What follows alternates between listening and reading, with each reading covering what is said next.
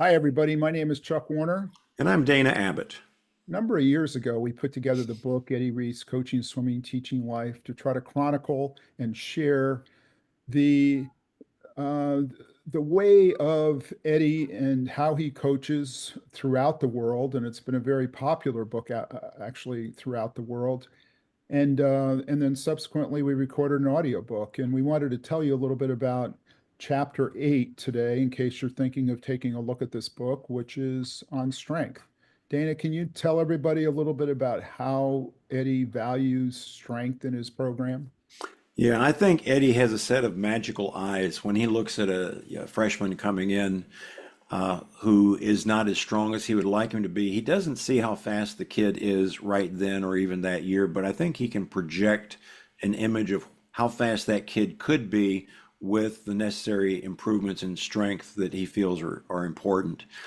When I arrived on campus back in 1978 with incoming freshman Louis Mestier, Louis was a tall, gangly kid. He was pretty fast, but he was still pretty skinny.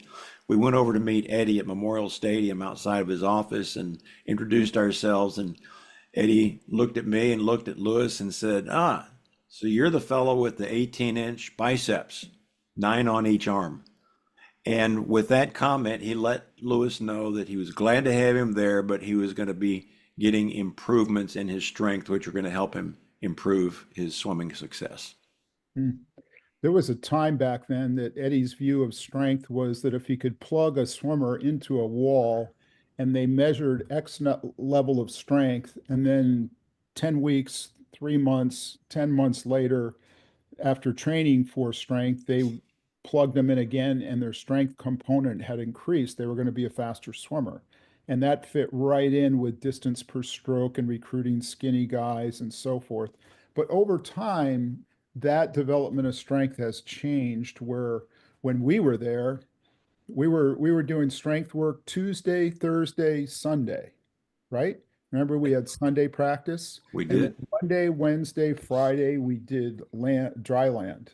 So the only day you didn't have dry land or strength was on Saturday, and that was before the rules limited you on 20 hours a week and having a day off and so forth. So it's always been important to him, but he's learned to tweak it over time. Yeah, a lot of coaches wonder how to motivate their athletes in the weight room because lifting weights is not easy. It's a joy for some, but it's drudgery for others. I remember someone asking Eddie at an Ask a World clinic one year how he motivated his guys at Texas in the weight room, and he just looked at him and he says, "I unlock the door." And that means that they're going to go work on their own as hard as they can. He doesn't have to stand beside them and goad them into doing one more plate, one more rep. Um, that motivation, as we mentioned before, comes from within. And if you'd like to take a look at the book, you can get deeper into the strength work that Eddie would do with his team. Um, it's available on chuckwarnerbooks.com, Amazon, practically everywhere books are sold. It's a good read, and the audiobook is a good listen. Thanks for sharing your time with us. Thanks, everyone.